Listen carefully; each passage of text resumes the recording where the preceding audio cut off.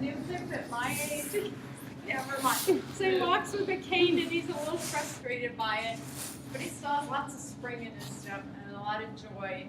And so the contrast, like we don't know Lev Vygotsky, but to think that the man didn't live long enough for people to really digest his theories and have lots of feedback about it, and in his lifetime, he never received the positive accolades, whereas Jerome Bruner is being invited all over the world, and maybe people thought it was a little radical at a certain time, but because he's lived such a long, very productive life, he's been able to see people respond to his theories in many different ways over a long period of time. So there's a real strong contrast there, and it's very rewarding when you can see somebody who can survive that long so that they have all that positive, but he's, when you get to meet him, and I do hope he comes to class this semester, he is so humble, which is, I think, the best part of it all. He goes, why do they want to talk about me? And it's just great. He and Maxine Green are two of the most humble people I've ever met, and some of the most interesting people. So keep that in mind, thinking about how we are about our own work. Okay, so, and the third person we're talking about today is Howard Gardner, and what do we know about him? Yes. I just read a moment ago that his parents were Holocaust survivors, and they escaped with his 3-year-old brother at the time, and then he was born right after that.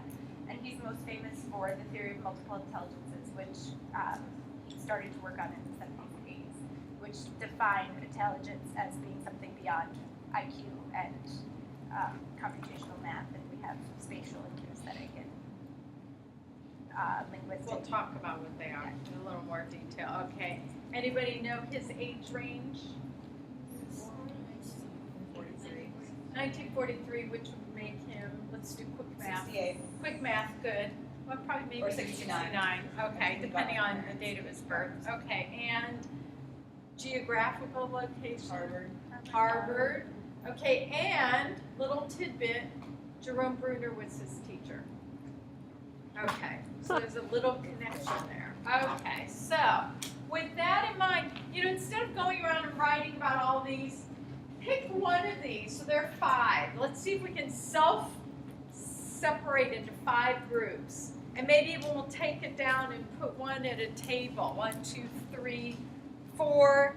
And maybe think of yourselves as a table there. Self-select and just write on that. See if we can get enough information about what these things are about, okay? So see if we can make this even without me assigning it. If everybody just walks over to the one they're most interested to write about, and we'll see. And then we'll see how that works. Okay.